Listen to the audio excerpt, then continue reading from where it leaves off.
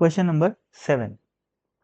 Two small bodies of masses 10 kg and 20 kg are kept at a distance of 1 meter apart and then released. तो दो bodies हैं, एक का मास है 10 kg और दूसरे का मास है 20 kg। इन दोनों को 1 मीटर की दूरी से रिलीज किया गया है। रिलीज किया गया है इसका मतलब शुरू में उन लोग रेस्ट पे रहे होंगे, ठीक है। अब क्या होएगा, इन दोनों के बीच में ग्रेविटी लगेगी। अब क्वेश्चन नंबर 1 को ध्यान करो। क्वेश्चन नंबर 1 में इसी टाइप का क्वेश्चन था, डेटा इसी के ऑर्डर में था, ठीक है। 1 मीटर की जगह भी वो तो बल्कि 1 सेंटीमीटर था, बहुत ही छोटा था डिस्टेंस। उसके बाद भी जो फोर्स आया था ग्रेविटी का वो बहुत ही छोटा आया था, यहाँ पर भी बहुत छोटा आएगा। तो इस छोटे से फोर्स की मदद से इन लोग बहुत ही स्लोली मूव करेंगे, इतना तो तय है, ठीक है। अब आगे क्या लिखा हुआ है, assuming that only mutual gravitation forces acting, मतलब और कोई एक्सटर्नल फोर्स नहीं है सिस्टम पे। Find the speed of the particle when the separation between them decreases to 0.5 metre. मान लेते हैं कि कुछ समय के बाद, वो कुछ समय बहुत लंबा समय होगा क्योंकि एक्सेलरेशन बहुत ही एकदम नेग्लिजिबल होगा, तो बहुत लंबे समय के बाद, अब हालांकि उस टाइम की कैलकुलेशन अपने को यहाँ पर करना नहीं है, क्या होएगा, ये थोड़ा सा ऐसे आ गया मान लेते हैं यहाँ पे, और जितना ये आया है यहाँ पे उसका ये डबल आएगा ऑब्वियसली।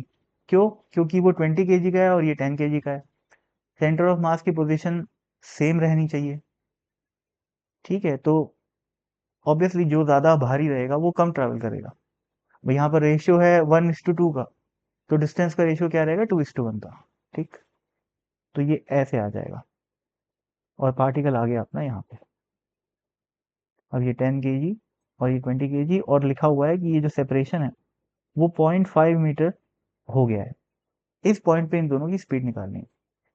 तो कॉमन सेंस से मैं बोल सकता हूँ कि इसकी स्पीड अगर v रहेगी, या इसकी स्पीड को 2v मान लेता हूँ, तो इसकी स्पीड क्या हो जाएगी, v।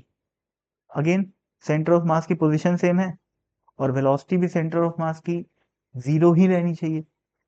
तो अगर भारी वाला v स्पीड से जा रहा है तो हल्का वाला 2v स्पीड से जाएगा। स्पीड का रेशियो इनवर्स रेशियो हो जाएगा किसका, मासेस का, ठीक है भाई। 2v और v आ गया। अब यहाँ पर अपने को इन दोनों की स्पीड पूछा हुआ है, ठीक है। तो कैसे कैलकुलेट कर सकता हूं मैं, ध्यान से देखा जाए तो केवल ग्रेविटेशनल अट्रैक्शन है जो कि कंजर्वेटिव है। तो अपन बोल सकते हैं कि initial mechanical energy will be equal to final mechanical energy, या सिंपल एनर्जी कंजर्वेशन। एनर्जी अगर कंजर्वेशन में लगाता हूं यहाँ पर, तो इनिशियल एनर्जी क्या थी, -g(m)m divided by distance which was 1, plus kinetic energy क्या थी, 0। ये पोटेंशियल है और ये काइनेटिक है। Kinetic plus potential initial is equal to kinetic finally. Finally kinetic energy कितनी हो जाएगी, 1/2 × 10 × 2v का स्क्वायर, प्लस 1/2 × 20 × v का स्क्वायर, प्लस ये तो हो गई kinetic energy. Gravitational energy, gravitational potential energy क्या होगी, -g(m1 × n2) divided by distance का स्क्वायर विच इज 0.5 का स्क्वायर, ठीक है भाई।